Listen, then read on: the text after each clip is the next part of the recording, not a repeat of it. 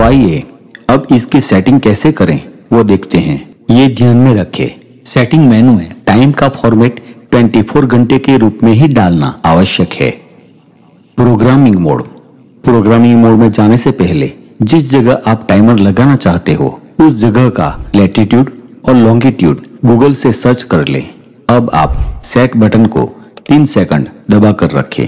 Display पर पहले latitude और फिर उसकी वैल्यू दिखेगी।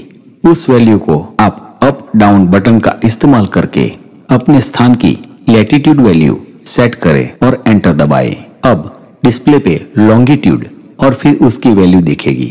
उसे भी आप अप डाउन बटन का इस्तेमाल करके अपने स्थान की लॉन्गिट्यूड वैल्यू को सेट करें और फिर एंटर दबाएं। इसके बाद ऑन इंडिकेटर के साथ सनसेट ऑन दिखाई देगा।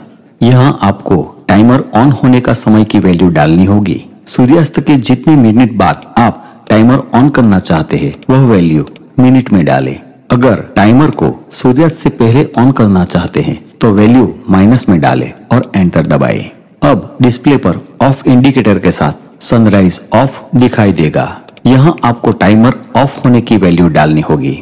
सूर्योदय के जितनी मिनट पहले टाइमर ऑफ करना चाहते हैं वह वैल्यू माइनस में डालें। टाइमर को सूर्योदय के बाद ऑफ करना चाहते हैं तो वैल्यू प्लस में डालें और एंटर दबाएं।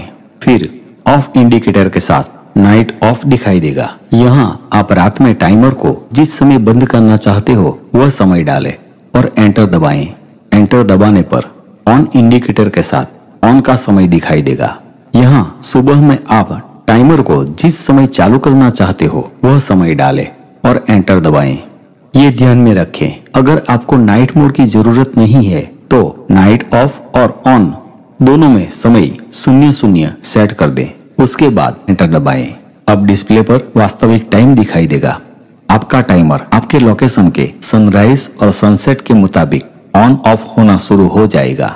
अगर आपको आपके लोकेशन का सनराइज और सनसेट का समय देखना हो तो टाइमर में सेट और एंटर बटन एक साथ दबा के छोड़े। डिस्प्ले पर सनराइज और सनसेट का टाइम डिस्प्ले होगा।